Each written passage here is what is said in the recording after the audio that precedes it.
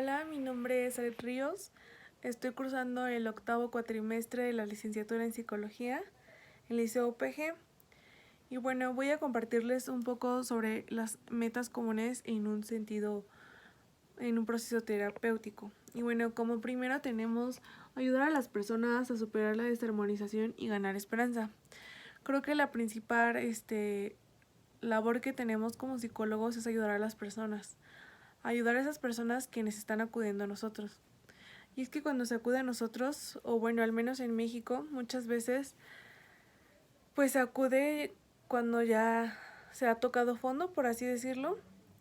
Entonces, cuando se encuentra el paciente en una situación así es porque no hay un equilibrio en su vida, no hay un equilibrio en mental, emocional, muchas veces ni siquiera físico y se ve reflejado, ¿no? Entonces, de cierta manera va enfocado en regresarles como esa esperanza para que ellos puedan pues continuar de cierta forma. Bueno, el segundo es potenciar la sensación de dominio y autoeficacia del paciente. Y bueno, esto va en el sentido de que muchas veces el paciente no se da cuenta o más bien ignora que pues que es responsable de todas sus decisiones y demás y de cómo afectan esas decisiones a su vida.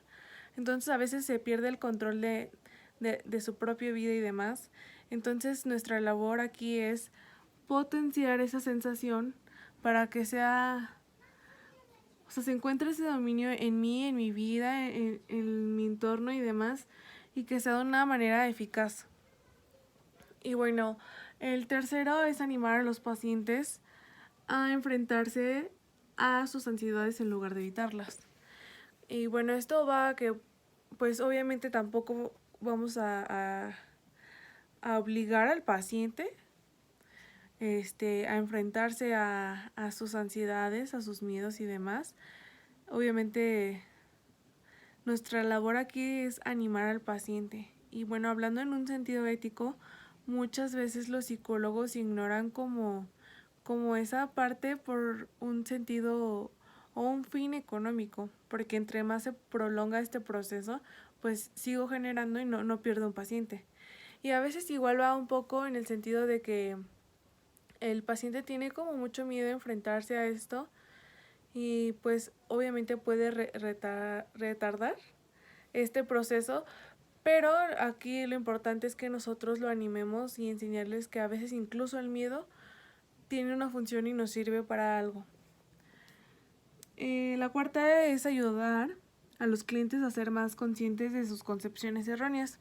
Y esto va enfocado en un sentido de que cuántas veces no hemos escuchado el famoso todos los hombres son iguales o pues tenés que ser mujer y demás, ¿no? Entonces creo que esto va enfocado a que se ha normalizado muchísimo porque incluso se ha ido en un contexto familiar de generación en generación, en un contexto cultural y social y demás. Entonces está tan normalizado que ni siquiera nosotros nos damos cuenta ni de lo que estamos diciendo ni de lo que significa. Entonces, cuando nosotros le encontramos ese sentido y ese significado, perdón, pues podemos darnos cuenta de que es una concepción errónea.